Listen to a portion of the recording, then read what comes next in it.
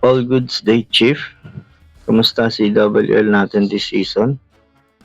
Bali, ngayong araw papakita ko lang yung naging banat ko kahapon. Kanya lang di ko na i-screen record kaya yung replay na lang. So second day na, bali goods na yan, na 3 star natin yan. Pero first day muna ang i-record ko. Gagawa ko ng content. Bali, naunahan ako ditong bumanat sa number 1 kaya number 2 na lang yung binanatan ko. Bali, ang gamit kong strategy dito is Fireball Rocket Loans. Kung makikita nyo, ang ganda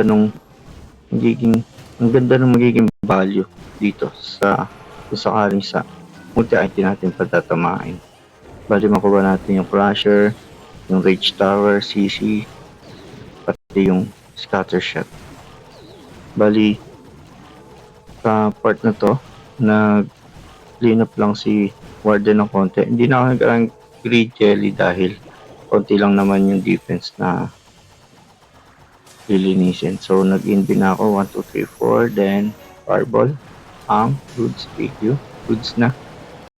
Tapos, ang bala ko talaga dito is si Warden, paakitin dito sa 9 o'clock, paikot sa 12.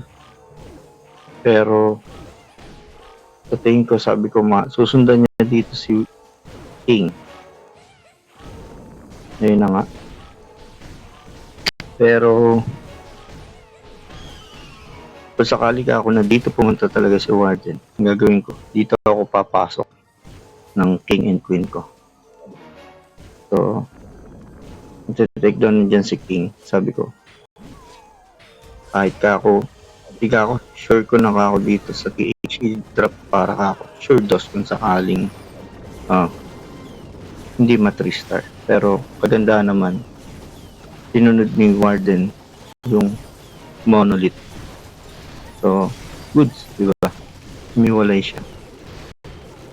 Bali, ayun, nag-wall break na ako dyan. Nakapasok na si King, pati si Queen. Then, pagkadating sa multi-IT, BK ability na ako. Yan. Tapos, si Queen, gagamitin ko na rin yung ability dyan. Dahil medyo masakit na rin talaga. So, yung Furnace, goods na. Lumalabas na dun sa may Rage Barracks. Then, si Warden, re-rage ko na rin yan para medyo mabilis-bilis na rin. Iwas time fail. So, looking good naman yung naging base. Nag-drop lang ako ng konting rocket dun sa 9 o'clock para malinis-linis yung gawin na yun. Then, skeleton spells para pan-distract. Pero natutukan pa rin si Giant. Tsaka si Queen ng banda. So at this point, di pa natin na-drop si RC. Sinag ko na lang din halos. Okay, let's go. Thank you. Don't forget